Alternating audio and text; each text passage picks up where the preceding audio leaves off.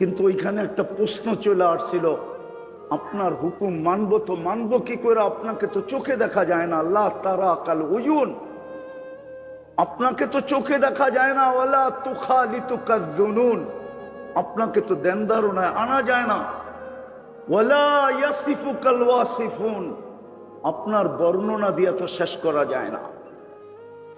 কেন আপনি তো শুধু আল্লাহ না, আপনি তো রহমান, আপনি তো রহিম, আপনি তো মালিক, আপনি তো কুদ্দুস, আপনি তো সালাম, আপনি তো মুমিন, আপনি তো মুহাইমিন, আপনি তো আজিজ, আপনি তো জব্বার, আপনি তো মুতাকাব্বিরুল খালিকুল বারিউল মুসাব্বিরুল গফফারুল কহারুল ওয়াহাবুর রাজ্জাকুল ফাত্তাহুল আলিমুল কাবিদুল বাসিতুল খাফিদুর রাফিউল মুইজ্জুল মুদিল্লুস সামিউল বাসীরুল হাকামুল আদলুল লতীফুল খবীরুল হালিমুল আযীমুল গফুরুশ শাকুরুল আলিয়ুল কবীরুল হাফিজুল মুকিতুল হাসিবুল জলিলুল করিমুর রকিবুল মুজিবুল ওয়াসি আল হাকিমুল ওয়াদুদুল মজিদুল বাঈসুশ শাহীদুল হকুল ওয়াকিলুল কবিয়ুল মতিনুল ওয়ালিয়ুল হামিদুল মুসিয়াল মুবদিয়াল মুঈদ আল মুহয়ি আল মুমীত الحي القيوم الواجد الماجد الواحد الأحد الصمد القادر المقتدر المقدم المؤخر الأول والآخر الظاهر والباطن الوالي المتوالي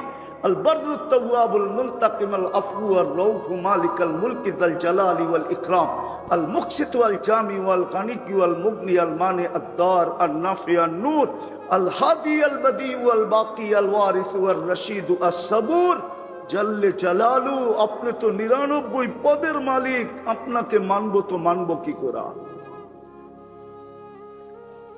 এই জন্যই তো দ্বিতীয় হুকুম ছিল আতিউর রাসূল,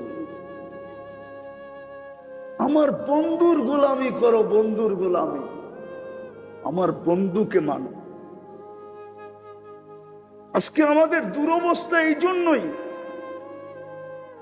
আমাদের দুরবস্থা এই জন্যই যোগ বিয়োগ মিলে না, নাইলে যোগ বিয়োগ মিলা যেত। আপনাদের মিললেও আমার মিলে না। ফিলিস্তিন কেন মাটির নিচে? ফিলিস্তিন কেন মাটিতে মিশবে?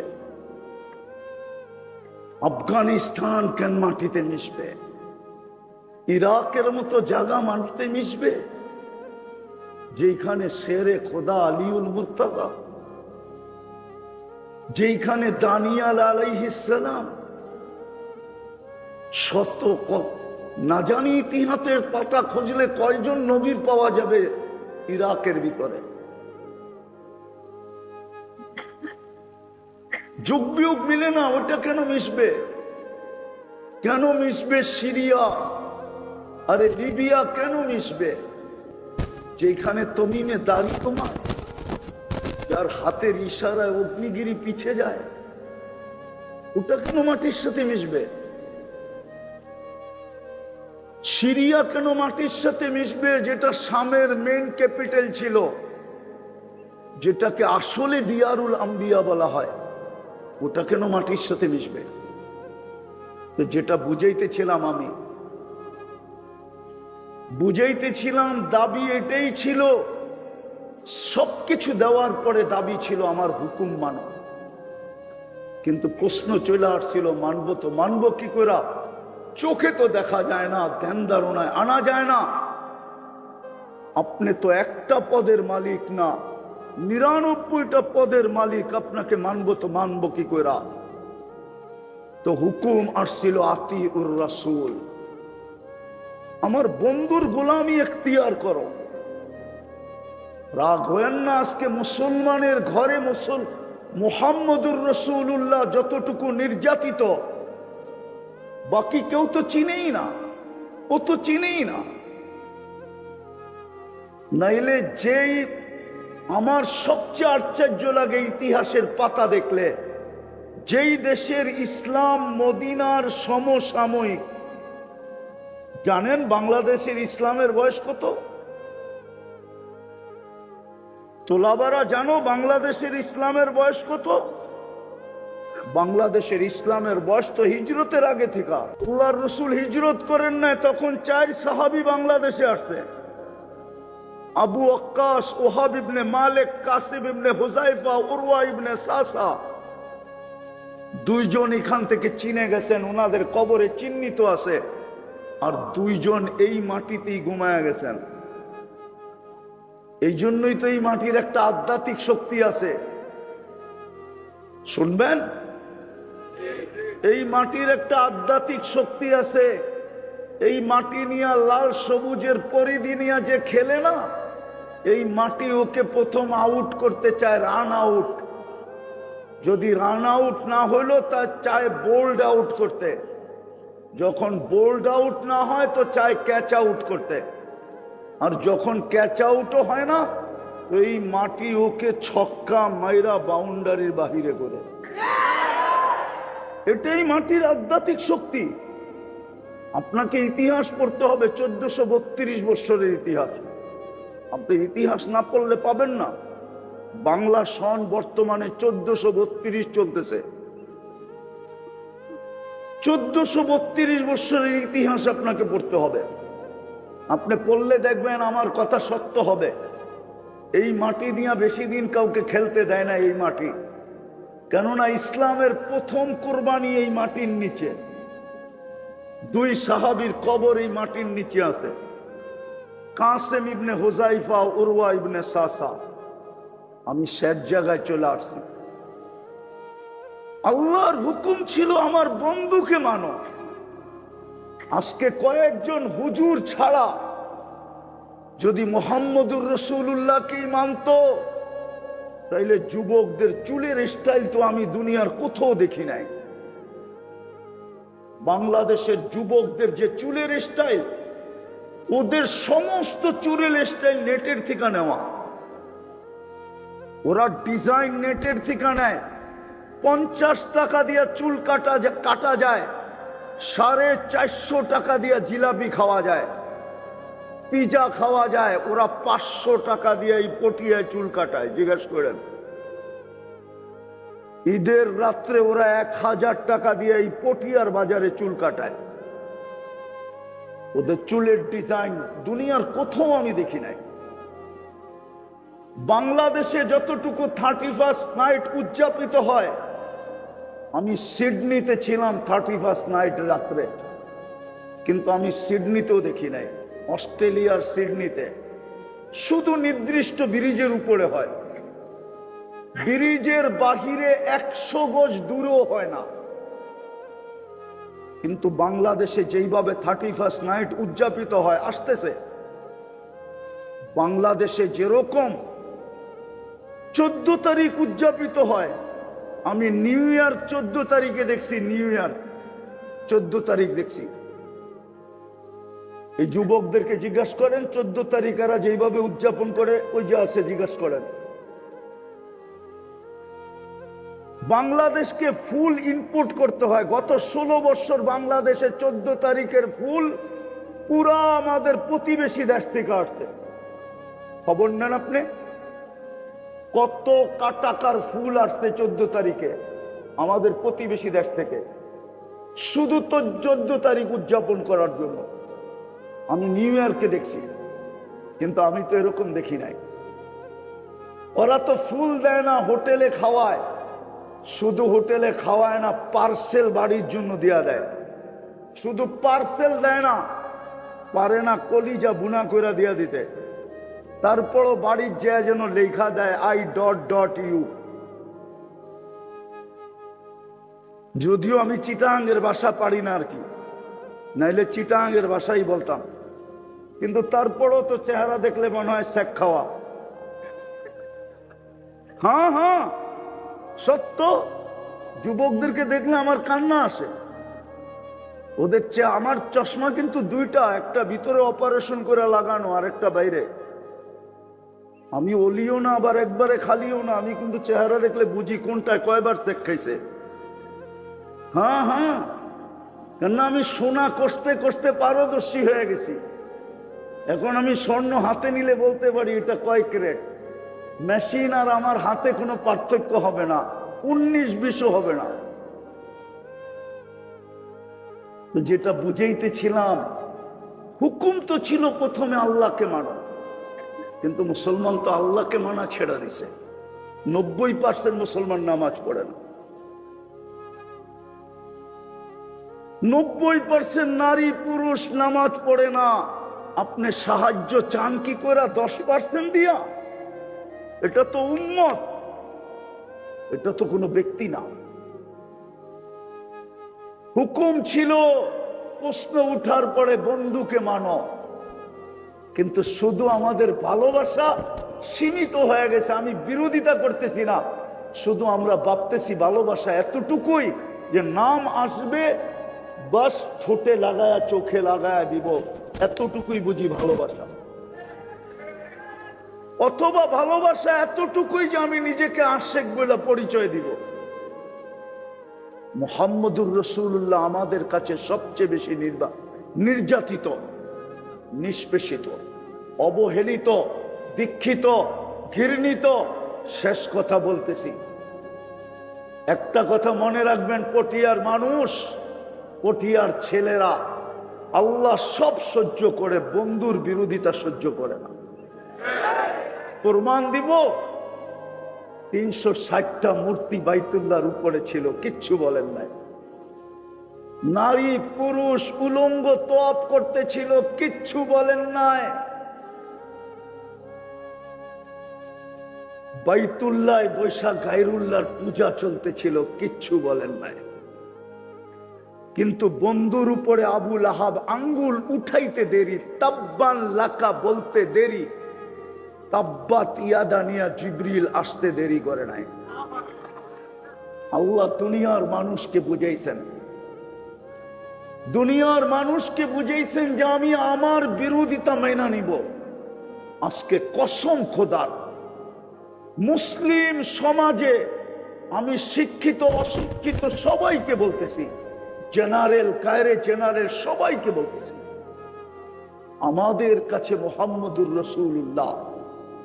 একটা কথা মনে উঠলো বলবো, এই মজমায় কে আছে আজকে শুক্রবার? কে আছে যে ডেলি শুক্রবারে 1000 দুরূদ পড়ে? এটা তো পটিয়া মাদ্রাসা। কে আছে যে শুক্রবারে 1000 বার দুরূদ পড়ায় অভ্যস্ত? একজন হাত উঠাইতে পারবে কিনা আমি জানি না। বলুক যুবকরা, কে আছে ডেলি শুক্রবারে 10 বার দুরূদ পড়ে? শুধু 10 বার।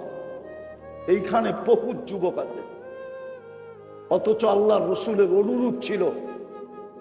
অনুরোধ ছিল শুক্রবারে আমার উপরে বেশি বেশি দুরূদ পড়ো। আল কাউলুল বাদী পড়া দেখেন, আমি লিখি নাই, যিনি লেখছে ওনাকে আপনারা চিনবেন। পড়া দেখেন, শুক্রবারে হুকুম ছিল 6 দিন যা করো আর না করো, একটা দিন আমাকে দিয়া দাও। আমি তোমাদের জন্যই তো পেটে পাথর বাঁধছি, আমি তোমাদের জন্যই তো আমার ঘরের চুলা জ্বলে নাই, আমি তোমাদের জন্যই তো তালি দেওয়া কাপড় পরছি, আমি তোমাদের জন্যই তো তয়েফের মার খাইছি।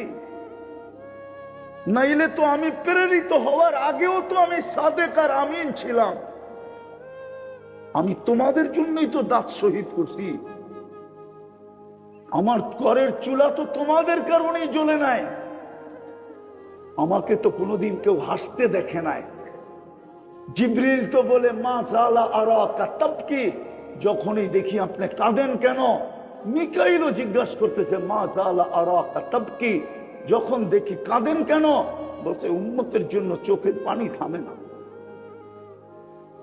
যে দুনিয়ার থেকে যাওয়ার সময় কাঁদতে কাঁদতে চলে যেতেছেন, যিনি আজকে কবরে কাঁদেন, আবুলাই সামরকান্দি রহমতুল্লাহ আলাইহি লেখছেন, যিনি কবর থেকে কাঁদতে কাঁদতে উঠবে। আজকে আমার সমাজকে আমি দেখতেছি সামান্য একটা চেয়ার পাওয়ার জন্য কি না করতেছে। একটা ইউনিয়ন পরিষদের চেয়ার পাওয়ার জন্য রক্তের বন্যা বওয়ায় দিতে চাইতেছে, স্ত্রীকে বিধবা করতেছে। আমি পটিয়ার ময়দানে বসা বলতেছি, যদি জানা থাকে আমার ভুল ভাঙবে, কিয়ামতের দিন তো মাকামে মাহমুদ পাবে, 1 মিনিটের জন্য বসবে কিনা বলেন? মাকামে মাহমুদ তো পাবে, 1 মিনিটের জন্য বসবে কিনা? পটিয়ার তাকাসুসের ছাত্ররা আমাকে ভুল ভাঙ্গায় দেয়, আমি তো জানি বসবে না। সোয়া লক্ষ নবী তো কিয়ামতের দিন চিৎকার দিবে নাফসি। মুসা আলাইহিস সালামের দৃশ্য তো আল্লাহর রাসূল বয়ান করছেন, চিৎকার দিবে আর বলবে লা আসআলুকা উম্মি ওয়ালা আসআলুকা উখতি, আজকে মাকে চাই না, আজকে বোনকে চাই না, আসআলুকা নাফসি, আমাকে বাঁচান। ফেরেশতাও তো মাটিতে পড়বে আর বলবে সাল্লিম সাল্লিম, কেননা ওই দিন আল্লাহ এরকম রাগ হবে, লাম ইয়াগদাব ক্বাবলু ওয়া লাম ইয়াগদাব বাদু, এর আগে কখনো এরকম রাগ হন নাই আর কোনোদিন এরকম রাগ হবেন না। জিবরিল পর্যন্ত বলবে সাল্লিম সাল্লিম, আমাকে বাঁচান। ওই দিন তো এক ব্যক্তি থাকবে মুহাম্মদুর রাসূলুল্লাহ, যিনি না চেয়ারে বসবে, ময়দানে চিৎকার দিবে উম্মতি উম্মতি উম্মতি। আজকে ওই রসুলের আদর্শ আমাদের ভিতরে কোথায়? আজকে সবচেয়ে বেশি সত্য হয়ে গেছে ওই হাদিস। আল্লাহর রসুল মনে হয় আমাদের দিকে তাকাই বলছিলেন বাদা দিনু গরিবা, হায় হায় প্রথম প্রচারই আমার উপরে ধাক্কা, আর একদিন আসবে সায়াউদু কামা বাদা, বাদা দিনু গরিবা। আমার অস্তিত্ব ধাক্কা দ্বারা শুরু হয়েছে, কিন্তু একদিন আসছে এরকম যে আমি থুতু মাটিতে আল্লাহ পড়তে দেয় নাই কেউ, আমার থুতু পর্যন্ত মানুষ হাতে নিয়ে গায়ে লাগাইছে। কিন্তু একটা দিন আসবে আমার উম্মতের কাছে আমার আদর্শ সবচেয়ে বেশি ঘৃণার পাত্র হবে। আজকে এই জন্যই মুসলমানের এই দুরবস্থা। আসেন আমরা তওবা করি, তওবা। আজকে উম্মত চিৎকার দিয়া বাঁচবে না, চিৎকার কম দেওয়া হইতেছে না। 250 কোটি মুসলমান, আমি তো বলি, সুস্পষ্ট বলি, সারা দুনিয়া জাম করার 1 ঘন্টা সারা দুনিয়াকে জাম করে দিতে পারে, ওই চাবি মুসলমানের হাতে আছে। 1 ঘন্টা সারা দুনিয়াকে লকডাউন দিয়া দিতে পারে, ওই চাবি মুসলমানের কাছে আছে।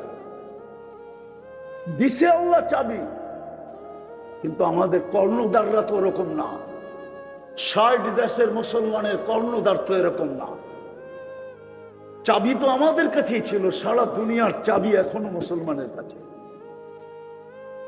যদি মুসলমানের ভিতরে মুসলমানিয়ত ফিরে আসে, এই জন্য মেরে দোস্ত আমার কথা শেষ। আসেন আজকে আমাদের নবীর আদর্শ আমাদের ঘরেই পুলিঙ্কিত, আমাদের জীবনে ঘৃণিত, আমাদের জীবনে দীক্ষিত, আমাদের জীবনে অবহেলিত, আমাদের জীবনে লাঞ্ছিত, আমাদের ঘরেই লাঞ্ছিত, আমাদের বাজারে লাঞ্ছিত, আমাদের হাটে লাঞ্ছিত, আমাদের সমাজে লাঞ্ছিত, আমাদের প্রত্যেক জায়গায় মুহাম্মদুর রাসূলুল্লাহ যেখানে লাঞ্ছিত, আল্লাহ সব সইতে পারে, বন্ধুর লাঞ্ছনা সইতে পারেন না না না না। এই জন্য হাত জোর করে বলি, আসেন তওবা করি, তওবা। তওবাই মনে হয় এই উম্মতকে বাঁচাইতে পারে। উম্মত যদি আজও তওবা করে আর ফিরা যায়, মুহাম্মদুর রাসূলুল্লাহ দাসত্ব গলার ভিতরে বাঁধা নেয়। শুধু শুধু কবি বলে নাই क्या वफा तूने मोहम्मद से तो हम तेरे हैं, ये दुनिया क्या चीज है, लोगो कलम तेरे हैं। পারবেন তওবা করে ফিরতে? কে কে পারবেন দেখি? আল্লাহ আমাদেরকে আমল করার তৌফিক দান করেন। ওমা আলাইনা ইল্লাল বালা। ওই জমিন মাটির সাথে কি করে মিশে? নাই তো, গাজায় তো কিছু বাকি নেই। যেখানে 30 লক্ষ মুসলমান, কিন্তু মজার কথা, যদি আমি ইতিহাস দেখি তো আল্লাহ একজনের জন্য কিন্তু ফেরেশতা পাঠাইতেছেন, একজনের জন্য। কয়জনের জন্য? এই মাদ্রাসায় হায়াতুস সাহাবা হবে। আমি ছেলেদেরকে বলতেছি, খুলা দেখো, সাহাবী রাসূলকে ডাকাতে ধরছে, বলছে তোমার মাল নিব, বলছে নিয়ে নাও। বলছে তোমাকে হত্যা করব, বলছে করো, তাইলে তো আল্লাহর সাথে মিলা সহজ হয়ে যাবে। বলছে তোমার কোনো আশা? বলে যদি তুমি সুযোগ দাও। বলছে সেটা কি? বলছে আমাকে 2 রাকাত নামাজ পড়তে দাও। মনোযোগ মনোযোগ। দ্বিতীয় রাকাতে যখন শেষ সেজদায় যায় চিৎকার দিছে, ইয়া ওয়াদুদ ইয়া দাল আরশিল মাজিদ ইয়া ফাআলাল লিমা ইউরিদ আসআলুকা বিইজ্জাতিকাল্লাতী লা তুরাম ওয়া বিমুলকিকাল্লাযী লা ইউযাম ওয়া বিনূরিকাল্লাযী মালা আরকানা আরশিক ইয়া মুগীস আগিসনি। প্রথম চিৎকারে চতুর্থ আকাশ থেকে ফেরেশতা নির্বাচিত হয়েছে। দ্বিতীয় চিৎকারে 4 আকাশ অতিক্রম করছে। তৃতীয় চিৎকারে মাথার কাছে এসে ডাকাতকে জাহান্নামে পৌঁছায় দিছে। আর অপেক্ষা করতেছিল সালাম ফিরাবে কখন। 74 জন নবীর কবর চিহ্নিত ফিলিস্তিনে। 45,000 সাহাবাদের কবর চিহ্নিত ফিলিস্তিনে। কত? হ্যাঁ, ওই মাটির সাথে, ওই জায়গা মাটির সাথে মিশে কি করা? যেখানে আল্লাহ সম্মিলন করেন 1.25 লক্ষ নবীদের। মেরাজের রাত্রে তো বাইতুল মুকাদ্দাসে ফিলিস্তিনে 1.25 লক্ষ নবীদের সশরীরে সম্মেলন ছিল। আল্লাহ নবীদের সম্মেলন করছেন 2টা। ইদ আখাযাল্লাহু মিসাকান নাবিয়্যিন, যখন সমস্ত নবীদের থেকে প্রতিশ্রুতি নিতেছিলেন, ওটা ছিল রুহের জগতে, আরশের নিচে হবে। পুরা বাংলাদেশের ঐতিহ্যবাহী মাদ্রাসা পটিয়ার সালানা জলসার সম্মানিত সভাপতি, উপস্থিত উলামায়ে কেরাম, তোলাবায়ে দম, এলাকার থেকে আগন্ত মুসলমান ভাইয়েরা, কুরআন হাদিস থেকে যতটুকুই তেলাওয়াত করলাম, আশা রাখি একই সামনে রেখে অতি অল্প সময় কিছু কথা রাখব। সাথে সাথে সকলের কাছে অনুরোধ থাকবে, যতটুকু শুনবো, যতক্ষণ শুনবো, পরিপূর্ণ মনোযোগ দিয়ে শুনবো। কেননা অনুরোধটা যদিও আমার পক্ষ থেকে, আদেশটা কিন্তু স্বয়ং আল্লাহর পক্ষ থেকে। ইদা কুরিয়াল কোরআন ফাস্তামিউ, যখন কোরআন বা কোরআনী কথা শুনো, ডাইরেক্ট কোরআন শুনো বা কোরআনী কথা শুনো, আল্লাহর আদেশ হলো পরিপূর্ণ মনোযোগ দিয়া শুনো। জানি না কোরআনের আয়াত বললাম কিনা ভুল বললাম। ভুল? কোরআনের আয়াত ইদা কুরিয়াল কোরআন ফাস্তামিউ লাহ, যখন কোরআন শোনো ডাইরেক্ট বা কোরআনী কথা শোনো, পরিপূর্ণ মনোযোগ দিয়া শোনো। দ্বিতীয় আরেকটা হুকুম আছে, আনসিতু, পরিবেশটাকে বিলকুল নীরব নিঝুম রাখো। আর আমাদের প্রতি আসল হুকুমই হলো আল্লাহর হুকুম মানা। কেননা আমাদের অস্তিত্ব দাতা আল্লাহ। কে আমাদেরকে অস্তিত্ব দিছে? কে? আল্লাহ আমাদের অস্তিত্ব দাতা। শুধু অস্তিত্ব দাতা না,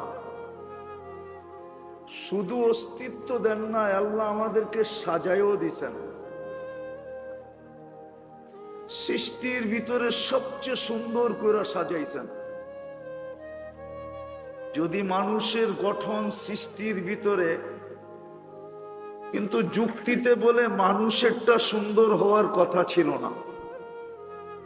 যুক্তি, মনোযোগ, কিন্তু যুক্তি বলে মানুষেরটা এত সুন্দর হওয়া উচিত ছিল না। কেননা আমরা যদি সৃষ্টি দেখি তো ফেরেশতা নূরের তৈরি। নূরের তৈরিটা সবচেয়ে সুন্দর হওয়ার কথা ছিল, কিন্তু মানুষের গঠন সুন্দর না ফেরেশতার গঠন সুন্দর? কোনটা? বুঝি না। কিন্তু যুক্তি তো বলে ফেরেশতাটা সুন্দর হওয়ার কথা, নূরের তৈরি।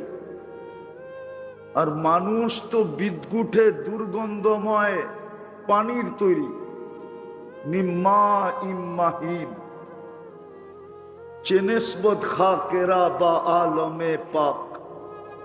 কোথায় বিদ্যুটে দুর্গন্ধময় পানি,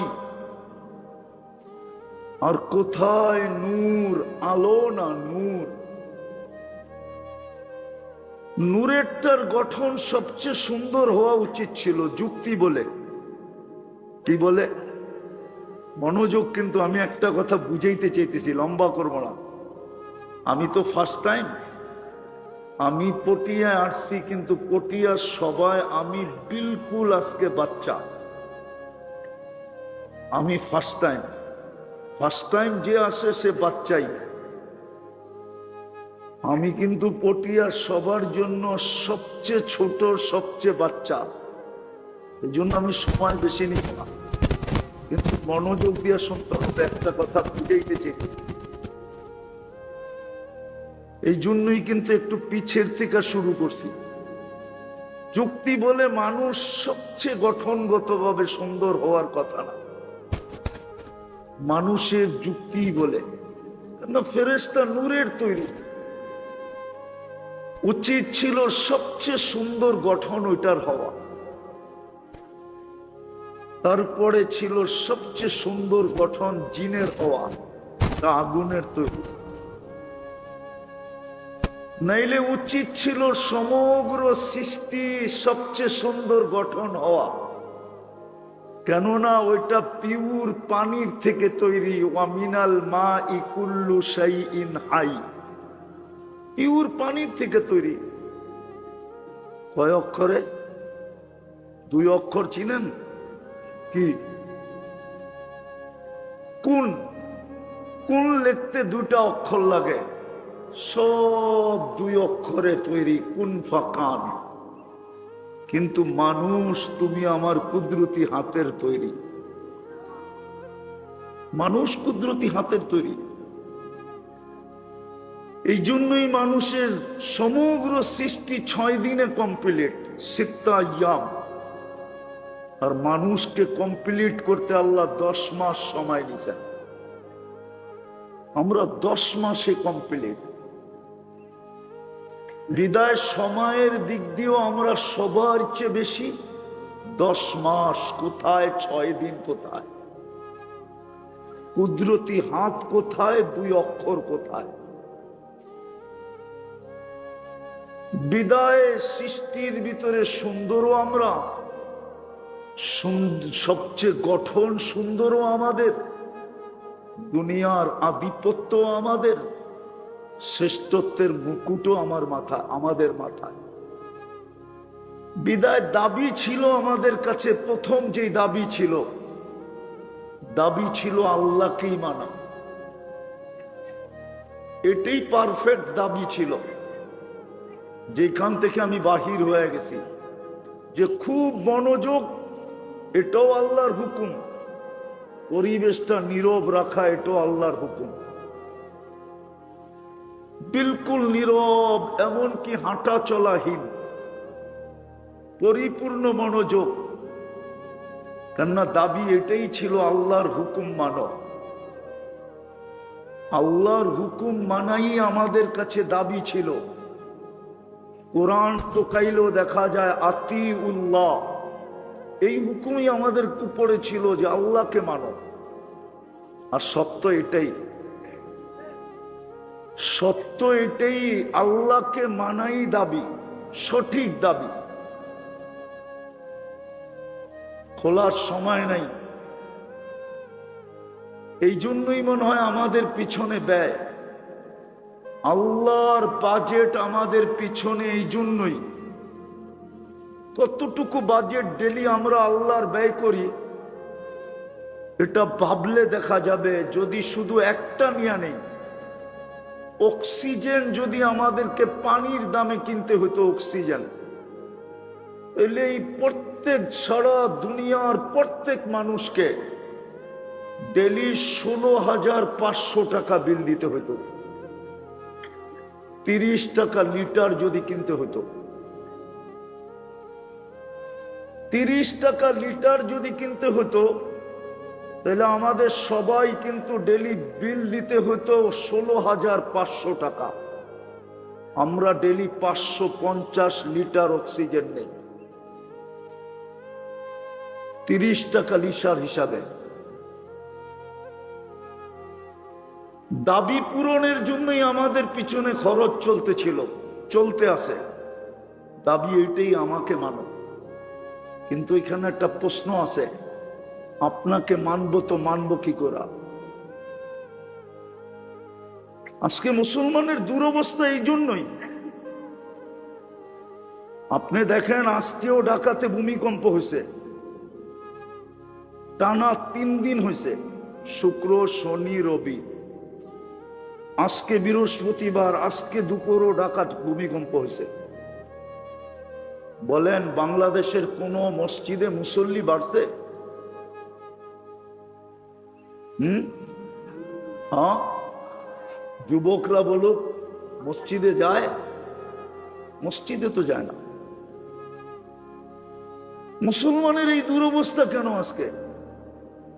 আমাকে বুঝান। সংখ্যায় কম, 250 কোটি মুসলমান, 60টা মুসলিম দেশ, 60টা মুসলিম ছোট বড় দেশ। দুনিয়ার সবচেয়ে বড় টাকা মুসলমানের কাছে, তাও এক দেশের কাছে না, 4 দেশের কাছে। কুয়েত, বাহরাইন, ওমান, ব্রুনাই, এর চেয়ে বড় টাকা দুনিয়ায় কারো কাছে নেই। দুনিয়ার 70% সম্পদ মুসলমানের কাছে। মনে হয় বিশ্বাস হয় না পটিয়ার ছাত্রদের। দুনিয়ার 70% সম্পদ মুসলমানের কাছে।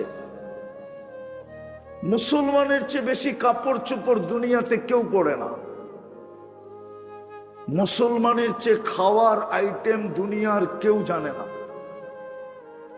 মুসলমান খাওয়ার যত আইটেম জানে, মুসলমানের চেয়ে খাওয়ার আইটেম দুনিয়ার কেউ জানে না। বিজাতিদের খাওয়ার আইটেম হাতের করে গোনা যায়, তাও মনে হয় কর গণলে 20টা পার হবে না,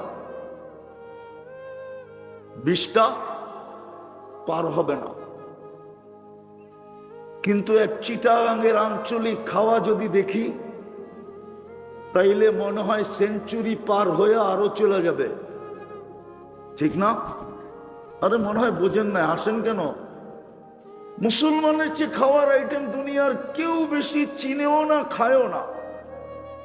আমি দুনিয়া ঘুরে বলতেছি, কিন্তু বলতেছি না বুঝানোর জন্য। 103টা দেশ দেখা আমি বলতেছি, 7টা মহাদেশ ঘুরা বলতেছি, আমি বানায় বলতেছি না। মুসলমানের চেয়ে প্রসাধনী দুনিয়ার কেউ বেশি ব্যবহার করে না। বাংলাদেশের যেই অঞ্চলগুলাতে প্রবাসী বেশি, ওদের প্রত্যেক বাড়িটা, প্রত্যেক ঘর মিনি একটা কসমেটিক্সের দোকান। না, মনে হয় বোঝে নাই। কসমেটিক্স চিনেন? হ্যাঁ, লাগে যে কিছু থাকুক আর না থাকুক, কসমেটিক্স থাকতে হবে, ঠিক না? প্রবাসীরা কি বলে, সত্য তো? তাহলে মুসলমানের চেয়ে প্রসাধনী দুনিয়ার কেউ বেশি ব্যবহার করে না। মুসলমানের চেয়ে স্বর্ণ অলংকার দুনিয়ার কেউ বেশি ব্যবহার করে না। কসম, আপনি দেখেন, মুসলমানের চেয়ে বেশি স্বর্ণ দুনিয়ার কেউ ব্যবহার করে না, স্বর্ণ অলংকার। আপনি দুবার সমান, সৌদির সমান, বাহরাইনের সমান, ওমানের সমান, দুনিয়াতে এত বড় বড় স্বর্ণের দোকান আপনি আমেরিকাতেও পাবেন না। আমি যাইয়া বলতেছি, আমেরিকার স্বর্ণের দোকান ছোট ছোট। আর দ্বিতীয় আরেকটা বলে দিব, আমি ব্যবসায়ী হিসাবে, আমার ব্যবসায়ী এটা, হিসাবে আমার কাছে তথ্য আছে, সোনার অলংকার মুসলমানের থেকেও বেশি ব্যবহার করে না। না কাপড়, না চোপড়, না খাওয়া, না লওয়া, না কসমেটিক্স, না সোনার অলংকার, না প্রসাধনী, না ফার্নিচার। মুসলমানের মতো ফার্নিচার দুনিয়ার কেউ ব্যবহার করে না। চিটাগাঙ্গে তো হাফ ফার্নিচার আর ফুল ফার্নিচার না দিলে বিয়েই হয় না, ঠিক না? কি রাগ হয়ে গেলেন? আমি বুঝানোর জন্য বলতেছি, হাসানের জন্য না। আমি পড়ালেখা করছি তো এখানে দীর্ঘদিন, আমি জানি ফার্নিচার কতটুক দিতে হয়। কারো চাহিদা হলো ফুল ফার্নিচার, কারো কথা হলো হাফ ফার্নিচার, দিতেই হবে, ঠিক না? হ্যাঁ, দুনিয়ার কোনো ইউরোপের কোনো দেশে নাই এই নিয়ম, ইউরোপের কোনো দেশে নাই যে মেয়ের বাপে ছেলেকে ফার্নিচার দিবে। মুসলমানের চেয়ে ফার্নিচার কেউ বেশি ব্যবহার করে না। যাক, আমি লম্বা করতে চাইতেছি না, তারপরে মুসলমানের এই দুরবস্থা কেন একটু ভালো মতে বোঝেন। শুধু চিৎকার দিলে হবে না, বুঝতে হবে মুসলমানের এই দুরবস্থা কেন। একটার পরে একটা দেড় মাটির সাথে মিশা যেতেছে। আফগানিস্তান মিশা গেল, ইরাক মিশা গেল, লিবিয়া মিশা গেল, সিরিয়া মিশা গেল। চারটার যুগ বিয়োগ তো আমার মিলে, কিন্তু ফিলিস্তিনেরটা তো যুগ বিয়োগ মিলে না। ভালো মতে আমি ফিলিস্তিন গেছি 2010-এ, আজ থেকে 15 বছর আগে। ফিলিস্তিন মিটা যাওয়া, মাটির সাথে মিটা যাওয়া, এই যুগ বিয়োগ আমার মিলে না। আমি প্রমাণ দিতেছি। যেখানে খলিল ঘুমায় ওইখানে আবার বোম ফাটে কি করে? তাইলে বন্ধুত্বের মর্যাদা রইল তো রইল কোথায়?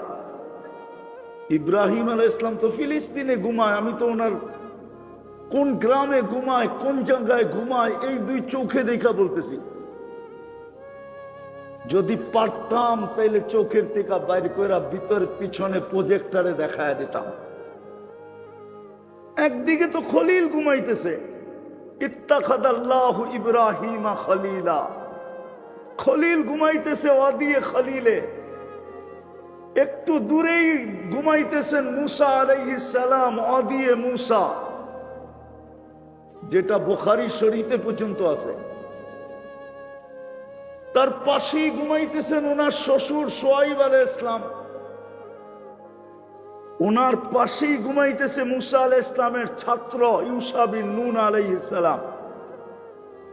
4 জনের সাথে সাথে আরো 70 জন নবীর কবর চিহ্নিত, 74 জন নবীর কবর চিহ্নিত ফিলিস্তিনে। 45,000 সাহাবাদের কবর চিহ্নিত ফিলিস্তিনে। কত? হ্যাঁ, ওই মাটির সাথে, ওই জায়গা মাটির সাথে মিশে কি করে? যেখানে আল্লাহ সম্মিলন করেন 1.25 লক্ষ নবীদের। মেরাজের রাত্রে তো বাইতুল মুকাদ্দাসে ফিলিস্তিনে 1.25 লক্ষ নবীদের সশরীরে সম্মেলন ছিল। আল্লাহ নবীদের সম্মেলন করছেন 2টা। ইদ আখাযাল্লাহু মিসাকান নাবিয়্যিন, যখন সমস্ত নবীদের থেকে প্রতিশ্রুতি নিতেছিলেন, ওটা ছিল রুহের জগতে, আরশের নিচে হবে। আরেকটা সম্মেলন করছেন বাইতুল মুকাদ্দাসে, যেদিন আমাদের নবীজি মেরাজে যাইতেছিলেন, যেখানে 1.25 লক্ষ নবীদের সশরীরে সম্মেলন। মুহাম্মদুর রাসূলুল্লাহ যেখানে ইমামতি করেন, যার পদচারণ হয় ওই রাত্রে, যিনি বক্তৃতা দেন ওইখান থেকে টেক আপ করেন আল্লাহর সাথে সাক্ষাতের জন্য আরশের দিকে। ওটা মাটির সাথে মিশে কি করে? আপনি আমাকে যুক্তি দিয়া বুঝান। ওই জমিন মাটির সাথে কি করে মিশে? নাই তো, গাজায় তো কিছু বাকি নেই। যেখানে 30 লক্ষ মুসলমান।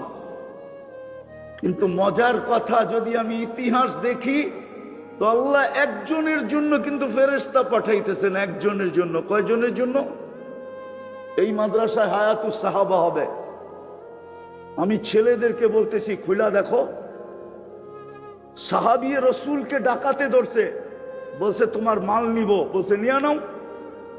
বলছে তোমাকে হত্যা করব, বলছে করো, তাইলে তো আল্লাহর সাথে মিলা সহজ হয়ে যাবে। বলছে তোমার কোনো আশা? বলে যদি তুমি সুযোগ দাও। বলছে সেটা কি? বলছে আমাকে 2 রাকাত নামাজ পড়তে দাও। মনোযোগ, মনোযোগ। দ্বিতীয় রাকাতে যখন শেষ সেজদায় যায় চিৎকার দিছে, ইয়া ওয়াদুদ ইয়া দাল আরশিল মাজিদ ইয়া ফাআলাল লিমা ইউরিদ আসআলুকা বিইজ্জাতিকাল্লাতী লা তুরাম ওয়া বিমুলকিকাল্লাযী লা ইউযাম ওয়া বিনূরিকাল্লাযী মালা আরকানা আরশিক ইয়া মুগীস আগিসনি। প্রথম চিৎকারে চতুর্থ আকাশ থেকে ফেরেশতা নির্বাচিত হয়েছে। দ্বিতীয় চিৎকারে 4 আকাশ অতিক্রম করছে। তৃতীয় চিৎকারে মাথার কাছে এসে ডাকাতকে জাহান্নামে পৌঁছায় দিছে। আর অপেক্ষা করতেছিল সালাম ফিরাবে কখন। সালাম ফিরায় যখন তাকাইছে সুদর্শন যুবকের দিকে, যার চেহারার থেকে 14 তারিখের চাঁদের মতো আলো ছিটকায় পড়তেছিল, আর মুসল্লির দিকে দেখা মুস্কি মুস্কি হাসতেছিল, আর খোলা তরবারি হাতে ছিল যার থেকে রক্ত টপটপায়া পড়তেছিল। জিজ্ঞাসা করছে তুমি কে?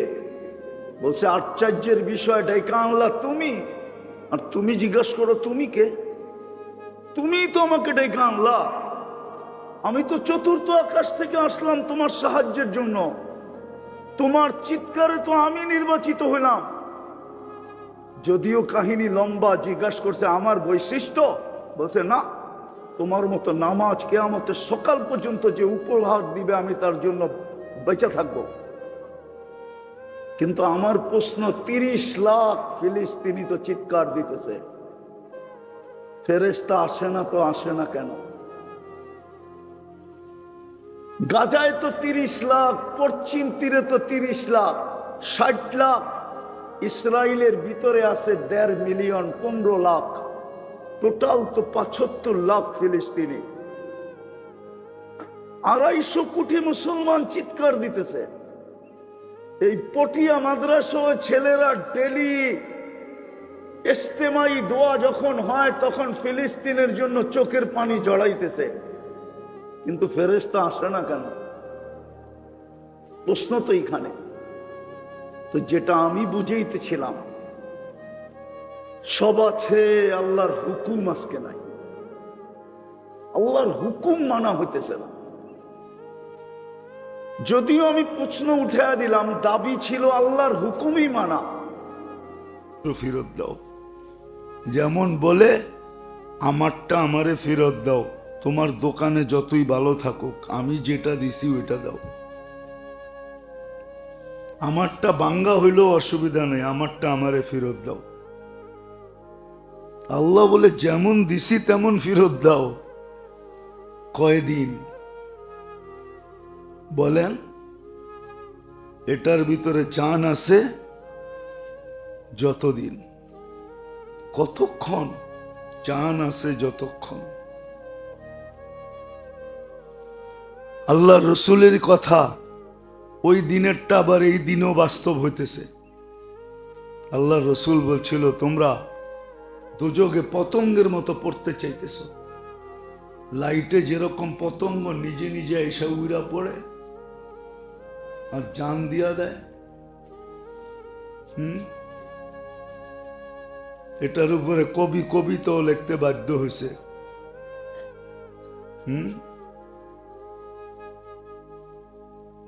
समय भी बुझ जाते हैं,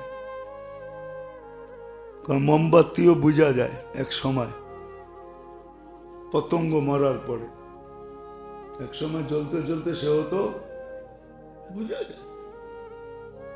আল্লাহ রসুল বলছিল তোমরা পতঙ্গের মতো জাহান্নামের দিকে দৌড়াইতেছ,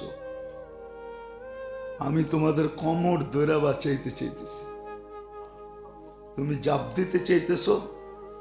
আজকে আমরাও জাতিকে কমর ধরে বাঁচাইতে চাইতেছে।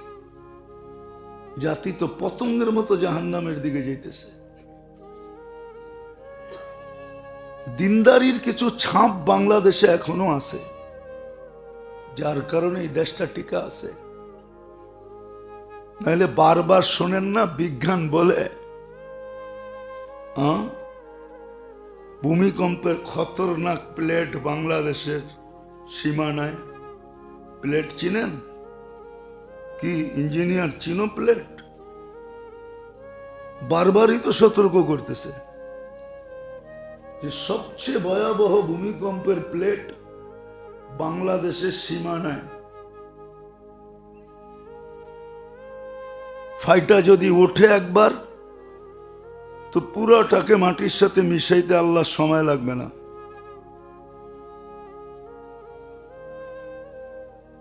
এত সতর্কবাণী শোনার পরেও জান না খোদাই করে প্লেটটারে ঠিক করে বয়া দিয়ে। ইঞ্জিনিয়ারের তো অভাব নাই বাংলাদেশে। অভাব আছে? সবটি লয়া যান। কি বেকুরও তো অভাব নাই, আগ দিয়েও করতে হইব না, বেকু লয়া যান। কয়েক হাজার খোদাই করে প্লেটটারে ঠিক করে দিয়ে যান। পারবেন না? কি এত শিক্ষিত তারপরে যদি না পারেন তাহলে আর পারবেনটা কি? শব্দটা বললাম না, ওই শব্দটা বলা যায়। কি পারবেন? ইঞ্জিনিয়ারের তো অভাব নাই, বেকুরও তো অভাব নাই। খুইদা যায় প্লেটটারে ঠিক করে বয়া দিয়েন, তাইলেই তো হয়। বারবার তো সতর্কবাণী দিতে হয় না। আল্লাহর মেহেরবানি আছে, বেঁচে গেছি। বাংলাদেশে এখনো একটা পরিবেশ বিরাজ করতেছে, আলহামদুলিল্লাহ। এই পরিবেশটার কারণেই মনে হয় বেঁচে আছে। মসজিদ, মাদ্রাসা, দিনী জলসা, দাওয়াত তাবলীগের মেহনত, ইজতেমা, জোড়, কিছু দিনী নড়াচড়া আছে। দিনী নড়াচড়া, দিনী নড়াচড়া বোঝেন? পরিবেশ তো বলা যায় না, নড়াচড়া আছে কিছু, যার কারণে আমরা টিকা আছি। নাহলে যেইভাবে পতঙ্গের মতো আমরা জাহান্নামের দিকে যেতে চাইতেছি, বারবারই তো বলে আন্টার্কটিকার বরফ গললে সবার আগে বাংলাদেশ ডুবা যাবে। ম্যাপের ভিতরে আমরা সবচেয়ে নিচে। বঙ্গোপসাগর দিয়া, ভারত সাগর দিয়া ম্যাপের ভিতরে আমরা সবচেয়ে নিচে আছি। নিচে ম্যাপ দেখেন মাঝে মাঝে, কই থেকে দেখবেন? খালি বাংলাদেশেরটাই দেখেন, ওটা তো মাথার উপরে থাকে, মনে হয় এটা অনেক উঁচা। রাগ হয়ে গেলেন? ওয়ার্ল্ড ম্যাপে দেখেন বাংলাদেশ সবচেয়ে নিচে। এইখান থেকে আস্তে আস্তে ইন্ডিয়ার উপর দিয়ে উঠা তারপরে সৌদি আরবের দিকে যায়, উঁচাইয়ের দিকে যায়। এই জন্য সময় বেশি লাগে, 7 ঘন্টা। আর আসার সময় নিচের দিকে নামে, এই জন্য সময় কম লাগে। রাস্তায়ও উপরে উঠতে বেশি গিয়ারে, অ্যাক্সেলেটারে বেশি চাপ দিতে হয়। আর যখন নামে তখন খালি স্টার্টিং ধরে থাকলেই হয়। মনে হয় বোঝেন না কিছু, ফিডার খান করতে বুঝবেন। রাগ হয়ে গেলেন? বারবার তো বিজ্ঞান বলতেছে আন্টার্কটিকার পাথর গলতেছে, একদিন বাংলাদেশ তলায় যাবে সবার আগে। তো যেইভাবে আমরা দৌড়াইতেছি, তারপরও যে আল্লাহ বাঁচায় রাখে, জাহান্নামের দিকে দৌড়াইতেছে। কয়দিন থাকবেন দুনিয়াতে? একটু কি মাঝে মাঝে মনে আসে না যে ইলা মাতা, কতদিন থাকবো? একদিন তো চলে যাব। কার কাছে যাব? এতদিন যে বুক করলেন, কাঠটা দিয়ে বুক করলেন, কোনটা আপনার এটা ভাবেন।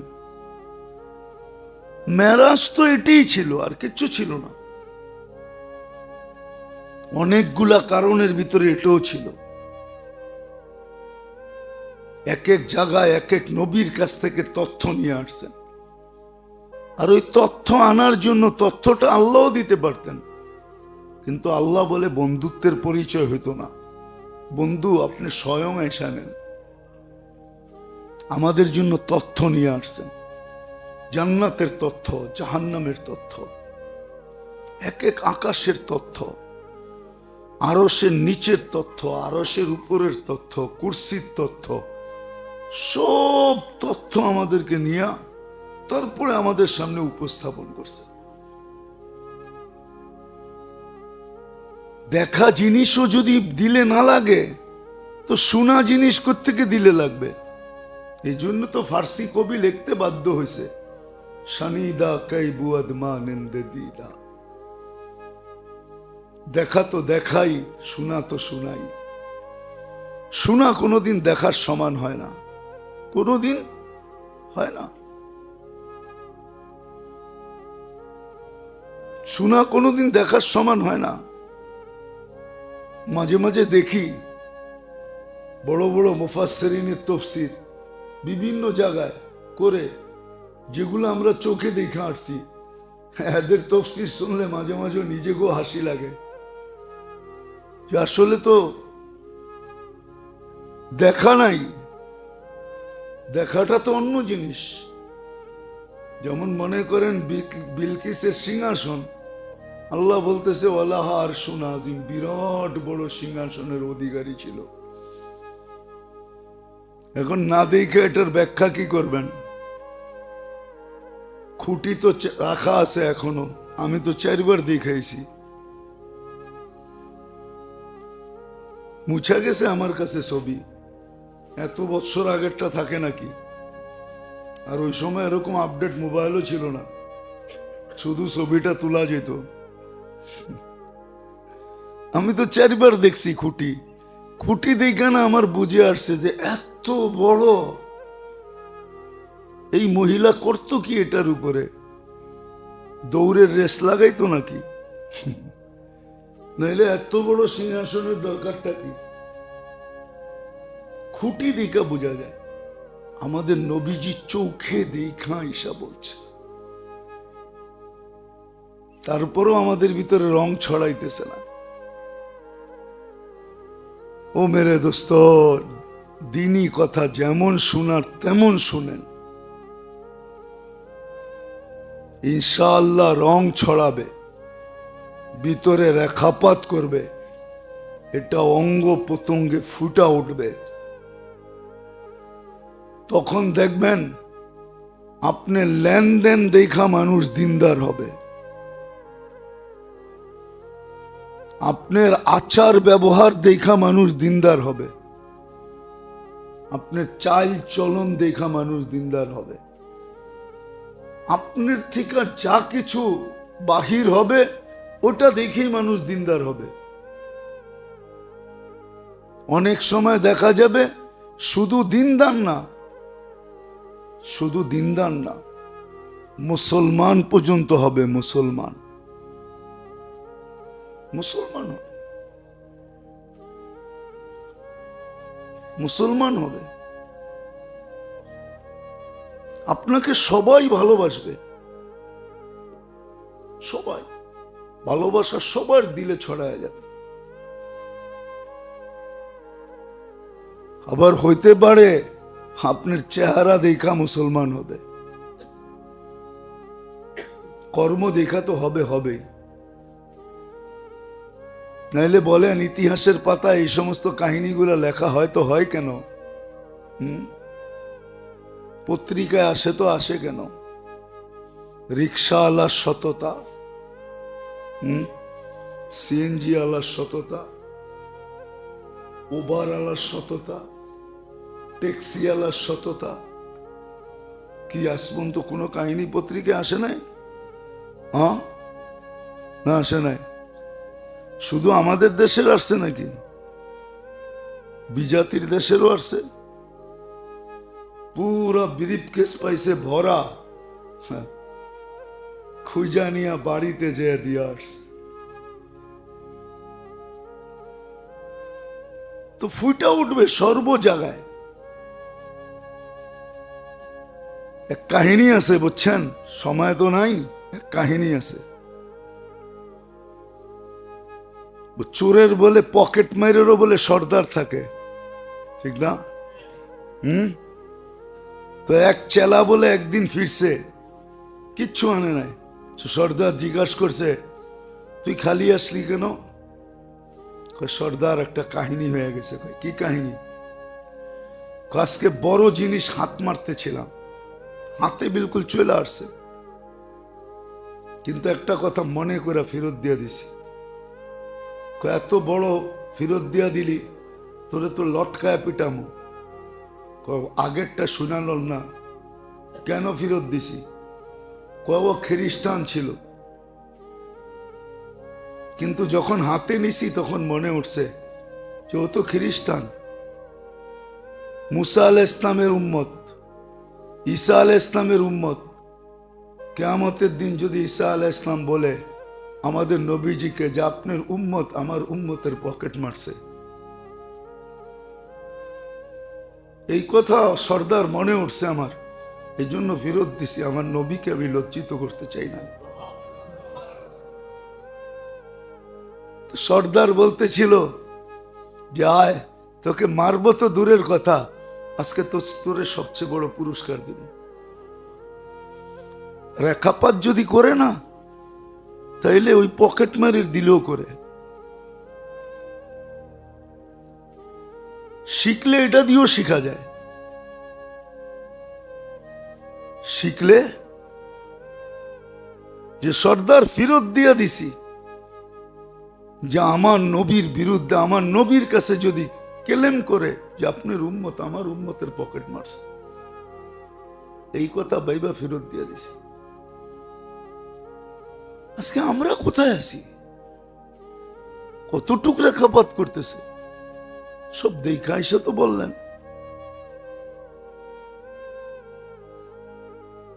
সব দেখা এসে তো বললেন, একটু ভাবেন না? কয়দিন? আমি তো বলি ইচ্ছার স্বাধীনতা দিছে, যে যেমন খুশি তেমন চলতে পারে, এটা নিয়ে কোনো বিরোধ নাই। কিন্তু একটা কথা কানে ঢালতে চাই, যে তুমি কতদিন চলবা? কতদিন চলবা? মরার পরে কি হবে তোমার, ওটা একটু ভাবো। স্বর্গ বলতে একটা শব্দ সব ধর্মে আছে। স্বর্গ বলতে একটা শব্দ সব ধর্মে না নাই? হ্যাঁ, তুমি স্বর্গে যাবে না নরকে যাবে, এটা ভাবো। জিজ্ঞাসা করো এই কর্ম তোমাকে স্বর্গে নিবে না নরকে নিবে, এটা একটু ভাবো। নরক তো নরকেই, স্বর্গ তো স্বর্গ তো স্বর্গই, জান্নাত তো জান্নাতেই, জাহান্নাম তো জাহান্নামে। শুধু এটা ভাবলেই হয়, আর কিচ্ছু লাগে না, বিবেকের পর্দা খুলে যাবে। তারপরও যদি না খোলে, তাহলে কোরআনের ওই আয়াত সত্য হবে, ইউদিল্লু বিহি মান ইয়াশা, যাকে মনে চায় তাকে মোহর মেরা দেয়। এটাও বলা যায় যে ওকে বলতে পারি যে তোমার এখানে প্রোগ্রাম সেট নাই। प्रोग्राम मुझे मुकद्दर से मिला था यार बहरा, इतनी आवाज दी के गला बैठ गया कि बहरा रे आवाज दिले की बो और गला बढ़बो ना अपनेटा बইবো, ওরটা ভাঙবো না আপনারটা ভাঙবো। হ্যাঁ, তো এরকমই প্রোগ্রাম নাই, এই জন্য বুঝে না। তাহলে কেন বুঝবে না? সাদা সিধা সহজ কথা, সাদা সিধা সহজ কথা কেন বুঝবে না? লাউড স্পিকার বাইরের খোলা আছে, নাইলে কয়ে দিতাম ভাঙ্গা। আমরা যে দুনিয়া বুঝি না এমন না, আমরা যে বিদ্যা সিদ্ধা বুঝি না এমন না। গুড়ারও তো একটা অভিজ্ঞতা আছে, ঠিক না? কি আপনি মনে করছেন কিচ্ছু বুঝি না? মিটফোর্ডের এক গলি আছে, ওইখান দিয়ে গেলে গ্রান পাওয়া যায় না? পাওয়া যায় না? কি এর গ্রান? পারফিউমের গ্যারান, ঠিক না? কি ওটার ভিতর তো সব পারফিউমই বিক্রি করে, ঠিক না? হ্যাঁ, এত দুনিয়া ঘুরছি, কিছু কি গায়ের মধ্যে গ্রান লাগে নাই? না লাগে নাই? মনে হয় বুঝাইতে পারি নাই। ট্যানারি দিয়া গেলে যদি দুর্গন্ধের গ্রান লাগে, হ্যাঁ, বাড়িতে যাওয়ার পরও কাপড়ের মধ্যে মাঝে মাঝে মনে হয়, ঠিক না? গড়ালি কয় কোন দিক দিয়ে কোন জায়গাতে আইলা তুমি, কাপড় থেকে দুর্গন্ধ বেড়ে গে, ঠিক না? কার কাছে গেছিলা, ঠিক না? কত প্রশ্ন, ঠিক না? এত দুনিয়া ঘুরলাম, শরীরে কি কোনো গ্রান লাগে নাই? না লাগে নাই? কিন্তু ওনারা বোঝে আমগো কোনো গ্রান গুরান নাই। এই জন্য বুঝাইতে চাইতেছি, আসেন বুঝি, কাজে দিবে, নাহলে জীবনটা শেষ হয়ে যাবে। আল্লাহ রসুল সব দেখা আইসা বলছেন, জান্নাত দেখা আইসা বলছেন, জাহান্নাম দেখা আইসা বলছেন, সমস্ত পরিণাম দেখা আইসা বলছেন। কিটার কি পরিমাণ হবে, পরিণাম হবে, কোনটার কোন বদলা হবে, কোথায় কি রাখা আছে, কে কি উপদেশ দিছেন, সব লেখা আছে। মেরাজ জয়া সবকিছু নিয়ে আইসা আমাদেরকে বলছেন, যার কারণে মাথা কখনো উপরে উঠত না, সারাদিন চিন্তা করতেন, সারাদিন ভাবতে থাকতেন, সারাদিন দুঃখিত থাকতেন যে উম্মতের কি হবে। সব কিছু কিয়ামতের সকাল পর্যন্ত সুস্পষ্ট করে গেছেন। কিয়ামতের সকাল পর্যন্ত কি ঘটবে এটা পর্যন্ত সুস্পষ্ট করছেন। আসেন মেরে দোস্ত, শিখি, ওরকম ভাবে শুনি, ওরকম ভাবে শিখি, একটু নিজের ভিতরে ফুটাই। আজকে ফুটন্ত নাই, না আমার ভিতরে না আপনার ভিতরে। বলবেন আমাদেরকে বলেন আপনারা কি খুব ভালো? না, আমরাও এক কাতারে আছি। আমরাও যদি ভালো হইতাম তাহলে সবাই আঙ্গুল উঠাইতো না। এখন তো কেউ বিশ্বাসই করে না যে আধ্যাত্মিক কোনো শক্তি আছে, বিশ্বাস করে না। আগে বুজুর্গি বিশ্বাস করতো মানুষ, এখন বিশ্বাস করে না। এখনকার তোর মোল্লা গো বুজুর্গি, এটাই তো বলে, হ্যাঁ, এখন বিশ্বাস করে না। কিন্তু হ্যাঁ, হয়তো সুইচ অফ আছে, কানেকশন বিচ্ছিন্ন নাই। সুইচ অফ থাকলে কি হয়? বাতি জ্বলে না, কিন্তু বিদ্যুতের কানেকশন তো আছে না? নাই না? এটাও নাই কইবেন, বুঝতে চেষ্টা করেন। সুইচ অফ থাকলে কয় কারেন্ট থাকে না, আবারও কয় ওইটাই। লাইট জ্বলে না, কিন্তু বিদ্যুতের সার্কুলেশন তো আছে না? নাই? হ্যাঁ, ওটা তো অন করলেই বোঝা যায় যে, তাইলে জ্বলে যায় সাথে সাথে। হয়তো এখন বুজুর্গি দেখা যায় না, সুইচ অফ আছে। যার জন্য মনে করেন না যে বিদ্যুৎই নেই, কানেকশন ঠিক আছে, কিন্তু সুইচ কোন দিন যে খুলা দিবে এটা আল্লাহই জানে। হইতে পারে খুলা দিবে, অচিরেই খুলা দিবে, তখন আবার হাক্কা বাক্কা খাইতে থাকবেন যে ঘটলোটা কি। বটলোটা কি? আমি তো মনে করছিলাম ঘর অন্ধকারেই, এখন কোত্থেকে বাতি জ্বালাইলো। অনেক সময় বাতি থাকে বাইরে, সুইচ থাকে ভিতরে, ঠিক না? অনেক বাড়িতে আছে, দরজায় কলিং বেল চাপলে বাতি জ্বালায়া তারপরে দেখে কে আইছে, ভিতর থেকে চোখ দিয়ে দেখে কে আইছে, ঠিক না? সত্য তো এরকম। এখন আপনি অন্ধকার দেখতেছেন, সুইচ আছে কিন্তু এক জায়গায়, কোন সময় জানি জ্বালায়া দিব। আর রাত্রের চোখের পানি এমন কাজ দেখাবে, সকালে উঠে দেখবেন যে কাহিনী ফিট হইতে পারে, এটাও মনে রাখেন। তো এই কথার থেকে বাহির হয়ে গেছিলাম যে হুজুরও তো ঠিক না, আমিও কই ঠিক না, আপনাদের কাতারই আছি, কিন্তু সংযোগ আছে, বাতি বন্ধ আছে, সংযোগ বাতি বন্ধ আছে। কোন সময় যে জ্বালায়া দিব এটা উপরওয়ালাই জানে। জানি না আমার এই চিকন কথা বুঝছেন কিনা, গভীরভাবে ভাবলে বুঝবেন আমার চিকন কথা, এছাড়া বুঝবেন না। এই জন্য আসেন, সময়টাকে কাজে লাগাই, শিখি, নিজের ভিতরে রেখাপাত করাই, কালার লাগাই, ফুটাই। কেননা দাবি এটাই, ফুটানো ছাড়া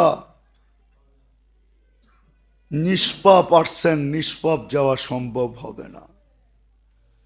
আর তওবা হলো এটার সবচেয়ে বড় হাতিয়ার। এই জন্যই বলে তওবা করো, তওবা করো। আল্লাহ আমাদের সবাইকে আমল করার তৌফিক দান করেন। ওমা আলাইনা ইল্লাল বালাগ।